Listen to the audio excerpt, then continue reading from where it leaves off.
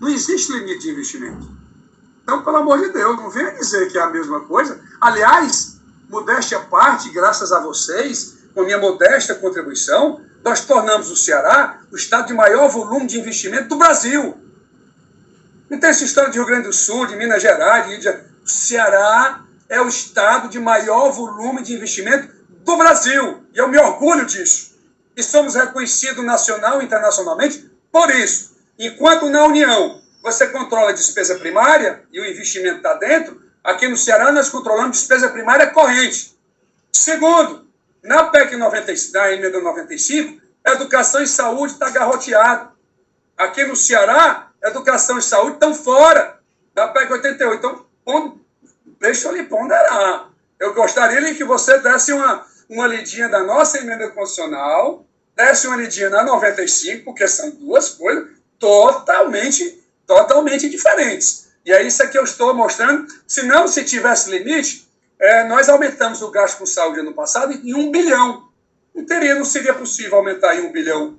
Mas como saúde é fora do teto, então isso não gerou nenhum problema no que diz respeito, até porque esses limites estariam excepcionalizados. Mas, terminando essa parte, não há nenhuma comparação entre uma coisa e outra. Agora, nós não podemos perder o controle da despesa corrente. Eu não vou tirar dinheiro, deixar o investimento a zero, como faz a União, para poder estar chancelando um gasto de custeio que muitas vezes é desnecessário.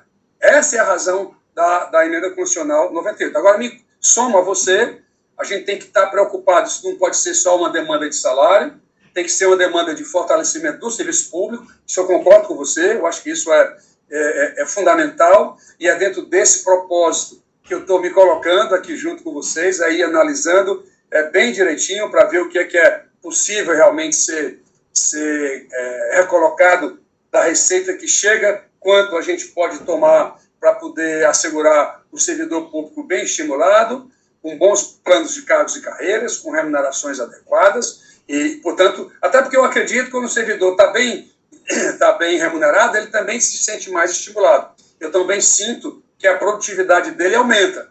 Então, também estou sensível a isso, professora Virgínia, em relação a essa questão. Agora, deixa eu só lhe dar um dado, para a gente passar para a última pergunta. Eu sou professor adjunto 4 na UFC. O professor adjunto 4 da UES ganha mais do que eu. Nós fizemos uma ascensão salarial, durante muito tempo, nas universidades do Estado, muito mais significativa. E a União é muito mais rica do que o Estado. Mas eu era professor, queria que as universidades tivessem realmente um reconhecimento, e hoje, compare só quanto é o meu salário e quanto é o salário da UES, para você ver a diferença que hoje realmente vocês conseguiram conquistar ao longo dos anos. Se o senhor não... Database, né? Até 2020, até 2019, nós tínhamos uma defasagem de 26%, com mais 4,52%, que foi IPCA deste ano, do ano passado, aliás, 2020, dá uma defasagem salarial de 31,7%, né? Que é o que corrige o nosso salário IPCA, está 100% corrigido, né, historicamente pelo IPCA. Então, a nossa defasagem, né, de 2015 até 2020 é de 31,7%, certo? Ou seja, mais de um terço do nosso salário, né, foi corroído. Ok? Vamos para frente. Bom, primeiro, eu estou achando que cadê o reajuste de 2015? Cadê o reajuste de 2015? Volta lá, volta. Volte. 2015 já está aí, certo? Tá certo? Não, tá não. Tá sim, que é de 2014, né? Não. Veja, eu tenho que comparar inflação de 2015 quanto teve em 2015. Não, inflação 2014... de 2016, reajuste de 2016. E assim até 2020. Isso aí não vai dar... 2015, certo? Já tinha tido reajuste de 2014. Não, o reajuste foi dado em 2015. Não, foi 2014, que é na tabela de janeiro, rapaz. Na tabela de janeiro. Janeiro, então, o ano do salário de 2015 foi acrescido. Não foi. Não foi? O salário de 2015 é maior que o de 2014. Eu já fiz. O salário de 2015 ele é maior do que o de 2014 pelo aumento que teve durante o ano de 2015. O último reajuste quem deu de 6, alguma coisa foi o governo do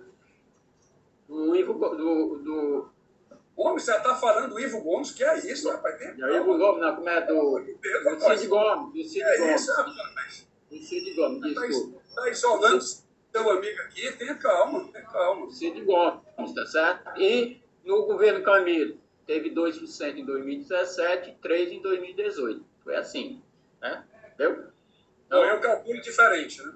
Então, tudo bem, mas veja aí os cálculos, mas no nosso aqui dá 31,7, tá certo? Okay? O meu dá menos. Para frente, ok? Para frente. A receita corrente líquida, né, de dezembro de 2020 foi 22,03 bilhões, dezembro de 2019, 20,88, teve um superávit, né, de dois exercícios nominal, evidentemente, de 1,15 bilhão, né? Aqui entre os 2 anos, tá certo? Para frente. E aqui é a nossa receita, né, anual, né, comparando com 2019, tá certo? Nós tivemos, né, um decréscimo de 5,7%, né, devido à pandemia e tudo, só que em janeiro deste ano, tá certo? Nós tivemos um crescimento, né, real, né, de receita própria de 2,39%, tá certo? Isso comparando, né, com o janeiro de 2020, né, que ainda não estava na pandemia, tá certo? Então, a tendência, né, esperar que essa vacinação chegue, né, em massa, para que todo mundo seja vacinado e a economia volte a funcionar normalmente, a tendência é que nós tenhamos um crescimento de receita corrente líquida, né, e receita própria maior do que 2020, certo? Então, comentário, essa tabela demonstra que se o Estado não tivesse tido a compensação financeira, a receita estava mais baixa do que do ano passado. Essa é a preocupação com 2021, porque nós vamos ter janeiro e fevereiro ainda com rescaldo de dezembro, do último trimestre, e aí a economia vai para baixo. Nós vamos ter um decréscimo do PIB no primeiro trimestre, vamos ter um decréscimo do PIB no segundo trimestre, para daí para frente apostar numa recomposição da economia brasileira. Portanto, vamos ter cautela, vamos analisar aí o que é que não esqueça, o professor Mauro Filho, vão lá buscar informações em outros cantos, mas essa é a realidade de que nós vamos ter uma recessão nesses 2 trimestres, inclusive com aumento de preço. Então, essa é uma cautela que a gente deva ter, porque o Estado já teve decréscimo de receita no passado. Mas vamos lá. E esse ano não há previsão, né, Lúcio, de repasse do governo federal para a gente. Só que no primeiro mês deste ano nós temos um crescimento real de 2,39. Também tem que deixar bem claro isso, né? Mas você me ensinou que janeiro a arrecadação mês base é dezembro. Sim, meu amigo, mas só que eu estou comparando com um período que não tinha pandemia ainda, certo? Então tá. Não, mas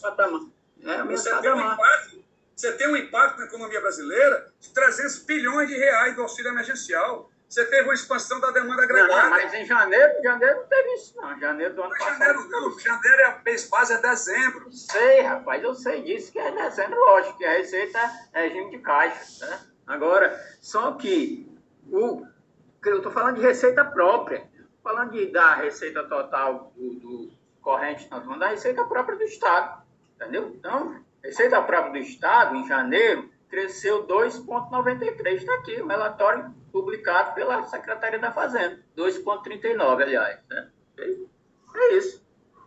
Estou falando aqui de dados oficiais, tá certo? Ok? Então, isso aqui é, em resumo, né, o que nós fizemos da análise econômico-financeira com base no relatório da Lei de Responsabilidade Fiscal, tá certo? Só que a nefasta, né, a Lei 186, né, que foi aprovada agora, recentemente, no Congresso Nacional, espero que você tenha votado contra, Mauro, né, contra essa lei, mas só que ela pode também nos conceder reajuste, tá certo? Haja vista que é o artigo, né, 167, né? A, né? A 186, diz que só não pode, né, dar reajuste quando a receita corrente, né? A despesa corrente superar a receita corrente em 95%. Certo? Então, não obriga, não. Sei. Aqui é no nosso caso. Queria passar o outro arquivo. No nosso caso, nós não vamos ser afetados, você tem razão, por duas razões. Primeiro, que nós não gastamos 95% da despesa corrente sobre receita corrente. E segundo, na PEC foi trocado o termo deverão por fica facultado. Facultado, e não é melhor ainda, né? Para a gente facultado discutir nós já somos. Melhor ainda para... Então, facultado nós já somos. E o outro, para vocês que são servidores também, em relação à União, outra falácia. Lá criaram outro critério, além do teto do gasto, que foi a despesa obrigatória, quando alcançar 95% acima de 95%, né? Acima de 95% da despesa primária total, aí a União tem que fazer esses ajustes. Você sabe quanto a União gasta de despesa obrigatória sobre despesa primária total? 92,7%. Ou seja, zero de contrapartida. A União, se alcançar isso, será em 2025. Portanto, nem tem contrapartida para Estado, nem tem contrapartida para a União. Tudo é conversa de imprensa. Mas para quem lê um pouquinho mais, dá para perceber realmente que ali está centrada, não está centrada nenhuma contrapartida em relação aos servidores. Pronto. Então, vai vir na administrativa, né? Exatamente. Então, vamos aqui para o nosso reajuste, né, que nós estamos propondo, tá certo? E tu já sabe como é que vai ser a receita? Como é? E tu já sabe como é que vai ser a receita? Eu vou se você deixar eu explicar, aí você depois contesta. Deixa eu explicar primeiro. A planilha, você está vendo aí a planilha? Tá enxergando? Pois bem. O Poder Executivo, né? Bem, isso aqui dado de dezembro, né? Deixar bem claro. Dado de dezembro deste ano, que é o oficial. Nós, o Poder Executivo, 8,9 bilhões, né, que em relação à receita corrente líquida foi 21,8, dá 40,55. Poder Judiciário, 1,09, em relação à receita corrente líquida, 0,4,98. Poder Legislativo, 0,33, dá 1,53. Ministério Público, 0,36, dá 1,66, né? E juntando tudo dá 54%, né? Que está abaixo do limite, né, de alerta, né? Aí também do prudencial para todos os poderes, que prudencial é de 57%, né? Tá certo? E o máximo de 60%, né? Ok? O que a gente está propondo? Bem, o que nós estamos propondo? Um reajuste de 12%, tá certo? Linear para todo mundo, com base na receita corrente líquida de dezembro, sem ter nenhum acréscimo de 1 centavo, tá certo? A mesma base, né, da receita corrente líquida de dezembro, fora aquela proposta que já fizemos anteriormente na apresentação anterior de crescimento de receita, que ficaria o seguinte, né? Para o Poder Executivo, sairia de 8,8 para 9,9, né? Comparando com a mesma base, do 21,8, que é a receita corrente líquida, daria 45,42. O Judiciário, 1,22, daria 5,58. O Legislativo, 375 milhões, 1,72. E o Ministério Público, 406 milhões, dá 1,86. Daria 54,57. Muito próximo também do limite de alerta, né? E você comparando, né? Sobe mais aí um pouquinho para poder ver lá mais embaixo, na tabela. Pronto. E você pegando esse valor, né? Que dá um total de 1,28 bilhões de reais, né? Tá certo? E somando com a despesa corrente, daria 24,54, né? Você dividindo, né? pela receita corrente, né, do período de dezembro, ainda ficaria somente com 91,39. Ok? Então, essa é a nossa proposta para nós discutirmos o reajuste. Certo? Você entendeu aí, Marco? Bom, primeiro, no gasto pessoal está faltando pensionista.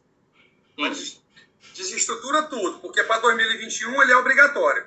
A gente tem que refazer toda essa tabela. Eu pondero a você refazer e mandar para a gente dar uma analisada amanhã com mais calma. Eu posso até fazer também da sua tabela, acrescer o valor e recalcular.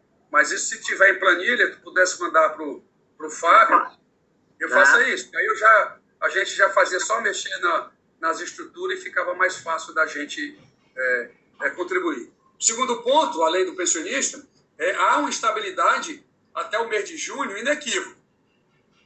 Que a economia brasileira vai entrar em biocando, nós vamos entrar num decréscimo da atividade econômica e que, portanto, a gente tem que ter muita cautela até lá, e é exatamente o que a secretária Fernanda está preocupada nesse momento, em relação à situação do país e como isso afetará as receitas dos estados brasileiros, e em especial como afetará o do estado do Ceará. Então, pondero a vocês que a gente tem que ver, até porque o auxílio emergencial que vem de 44 bilhões é muito pequeno diante realmente da dimensão do que a gente chama de ato do produto.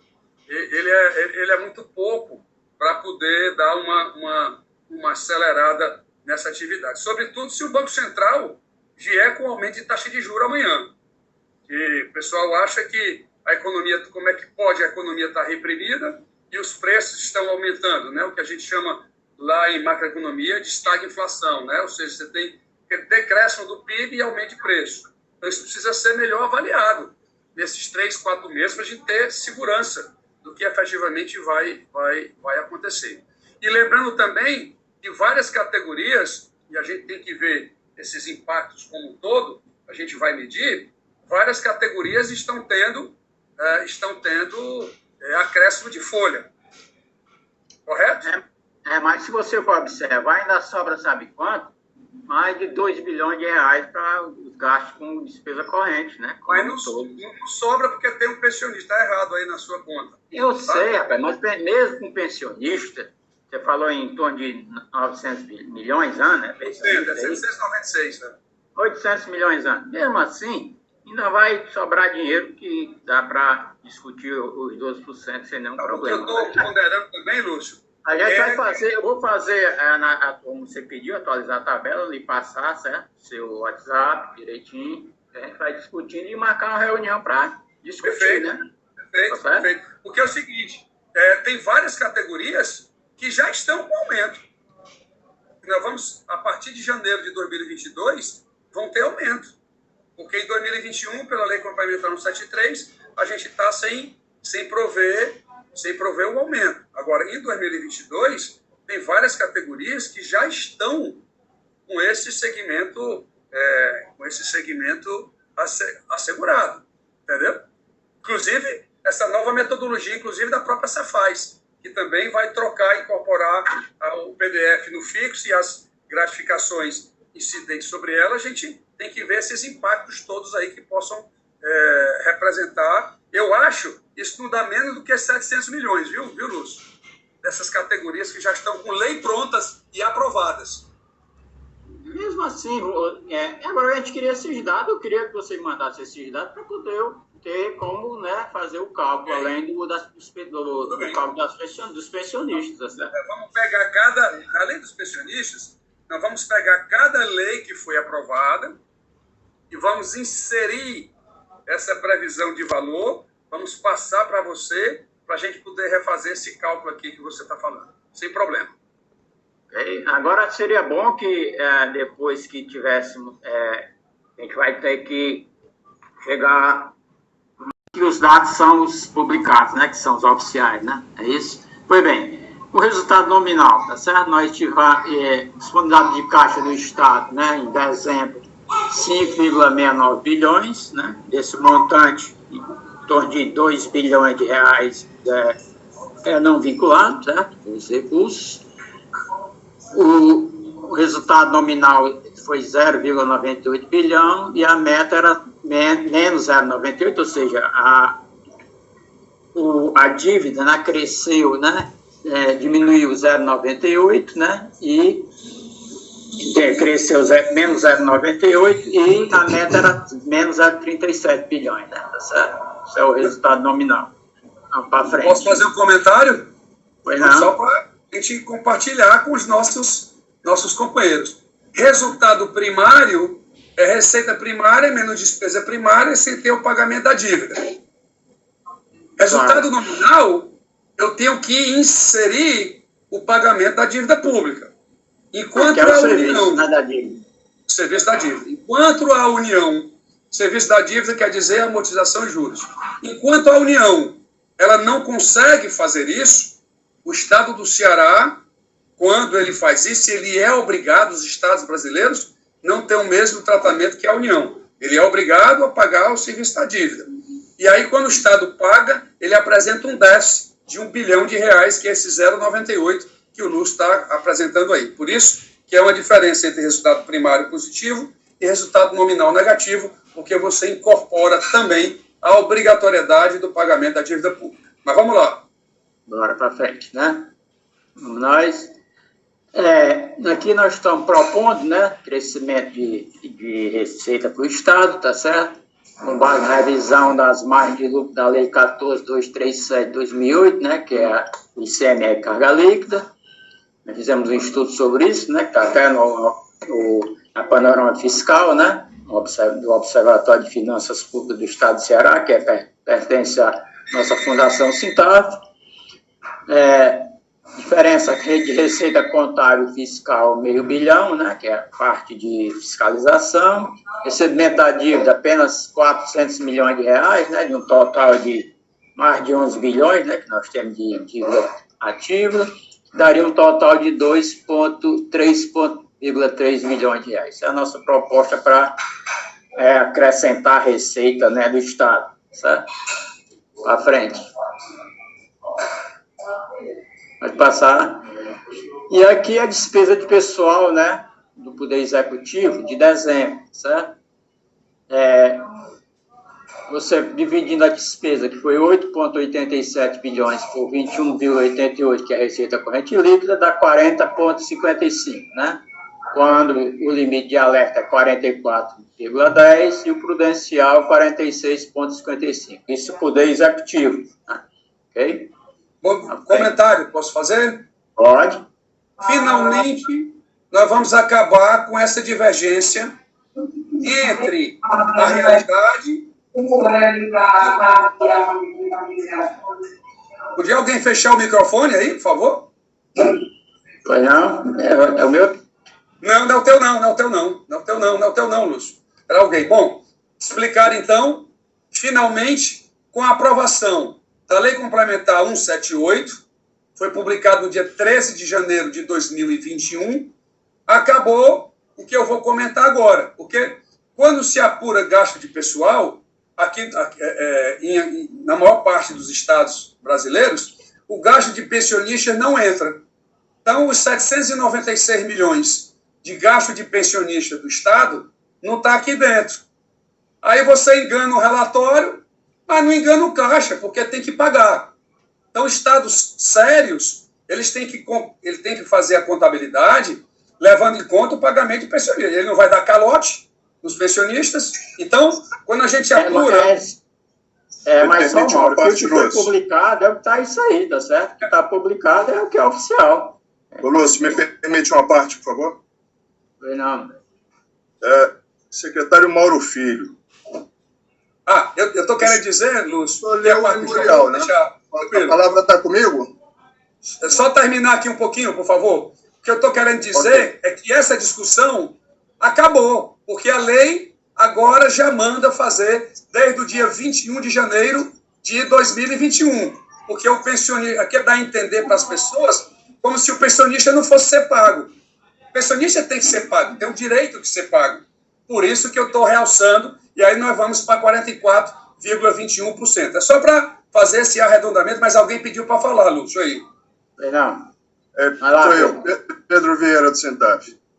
É importante lembrar, o pensionista, esperar o secretário Mauro Filho atender o telefone. Só um minutinho. Quer dizer, que é urgente, diga. Diga. Tá bom ali? Ok. Sobre quem? Tá bom. Pronto, vamos lá. Pode falar. Quem quer falar? Bom, Pedro Vieira do Sintaf, diretor de Assuntos Econômicos e Tributários. Pessoal, isso é importante registrar por questão de ordem. O sistema previdenciário... Deixa eu anotar aqui. É Pedro... Como é? Pedro Vieira. Pedro Vieira. De onde, Pedro? Sintaf. Oi, Pedro. É do Sintaf, lá do nosso sindicato. A Sintaf também? Isso. Ok. Pois não, Pedro. É importante registrar, o sistema previdenciário, ele recolheu todas as contribuições necessárias para a criação da poupança previdenciária para pagamento de todos os pensionistas do Estado e aposentados. Né? Então, quando se fala em retirar pagamento de pensionista e aposentados, né? No caso pensionista, que não consta, né? Na folha, né? com relação à LRF, você está fazendo uma conta incorreta. Se o Estado gastou indevidamente o fundo previdenciário, que deveria ser a poupança para pagamento dos pensionistas, isso é uma dívida que o Estado assumiu. Isso não é um compromisso formal do Estado para pagar pensionista. O Estado não deve pagar pensionista. Pagava antes, né, quando era premial. Depois se criou o regime próprio, você tem um fundo previdenciário para pagar pensionistas e aposentados. Se está pagando hoje, por conta de gestões erráticas, que venderam patrimônio, não recompuseram o fundo, né? Pegaram as contribuições, deram outra destinação. Na iniciativa privada, isso aí chama-se apropriação indébita. Né? Então, assim, não se corrige, né, um erro com outro erro. Nós estamos fazendo um estudo, isso aí vai ser divulgado. O servidor, hoje em dia, ele paga mais de 2 aposentadorias. É provado matematicamente. Tanto pela alíquota superestimada, quanto pelo tempo que contribui. A contribuição em aposentadoria não é prevista no calculatorial, para vocês terem uma ideia. Então, todo esse dinheiro que entra extra aí daria para pagar mais de 2 aposentadorias. Então, secretário, com todo o respeito que eu tenho ao seu conhecimento, tivemos uma conversa técnica, né? Isso é muito importante. Muitos poucos políticos têm um gabarito técnico para estabelecer um diálogo, né, honesto. O senhor já leu o memorial, o senhor sabe que a gente está conversando aqui, não é bobagem. Né? A legislação previdenciária, ela tem toda uma regra para fazer o calculatorial. O Estado do Ceará hoje, por exemplo, ele tem superávit atuarial, ou seja, errado. Situação de equilíbrio não vê nem superávit nem déficit. É uma situação de equilíbrio, tem que cobrar a alíquota justa. Ano passado, a alíquota calculada pelo Estado era 11,11%, e nós já estávamos pagando 14%. Isso é errado. Né? Nós não podemos pagar menos que a União. Então, quer dizer, essas aberrações, né, legislativas aí, a gente tem que cumprir, mas é bom deixar registrado que o servidor público do Estado do Ceará hoje e do Brasil como um todo pagam mais de 2 aposentadorias. Então, secretário, a legislação existe, está aí, né, tem que ser cumprida, mas a legislação previdenciária também tem que ser cumprida.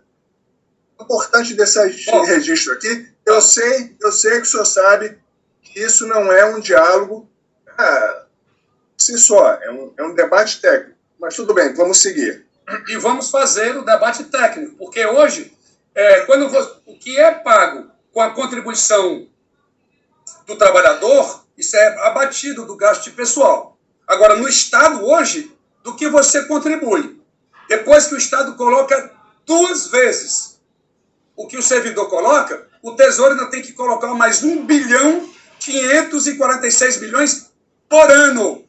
Por ano. Por isso que os Estados faliram. Por isso que os Estados faliram. Não, eu lhe ouvi, Pedro. Agora, eu lhe ouvi e nem interrompi. Bem, fale que depois eu falo. Então, o Estado do Ceará, ele tem que tirar da educação, da saúde, de todas as outras áreas, além do dobro que ele coloca,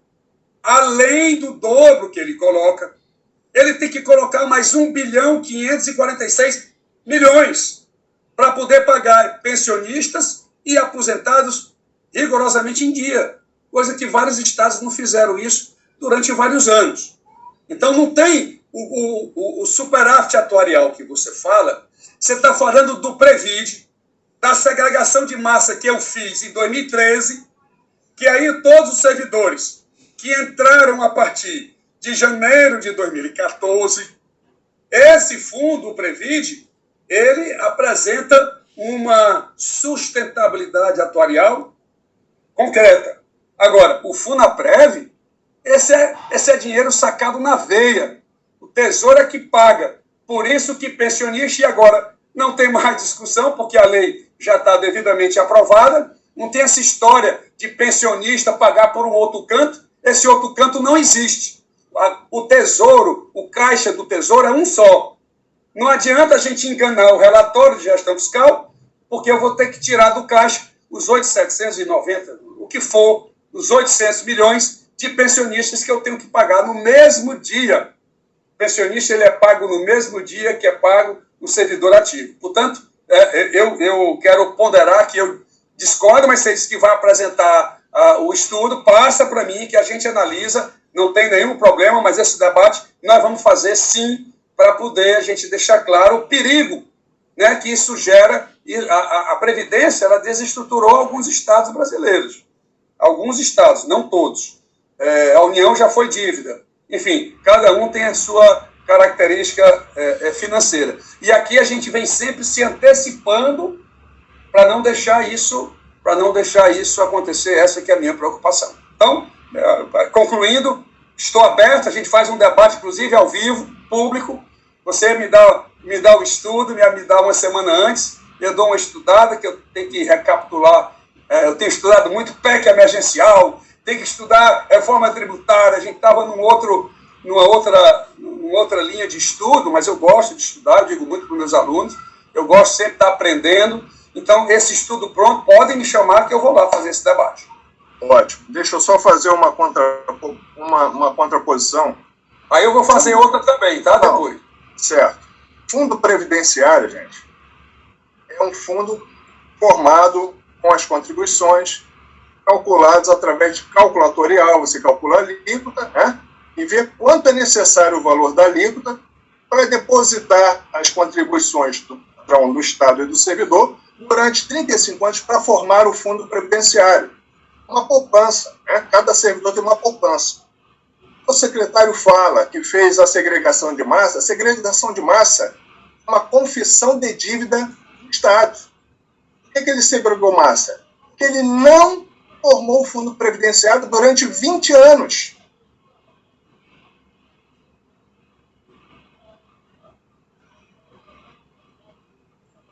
Durante 20 anos, o Estado não formou o fundo previdenciário. Isso é questão séria de improbidade. Né? A Coelce foi vendida, dinheiro de hoje, quase 6 bilhões de reais. O objetivo, com a finalidade, estava escrito no edital, a formação do fundo previdenciário, porque o Estado era cobrado pela União, pelo Ministério da Previdência, que tinha que formar o fundo previdenciário, porque ele estava gastando dinheiro e não estava formando o fundo previdenciário.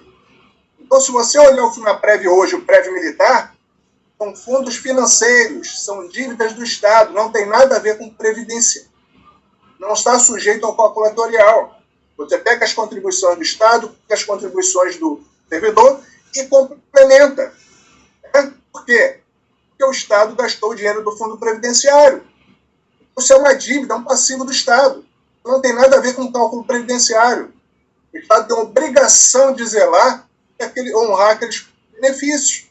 Isso está previsto lá na lei da segregação de massa, 2013, dezembro de 2013, está previsto lá. O Estado teria que criar a Ceará-Par, administrar seus patrimônios, gerar renda, pagar sua dívida com os servidores, porque não honrou a lei, não respeitou a lei, depositando as contribuições do fundo previdenciário.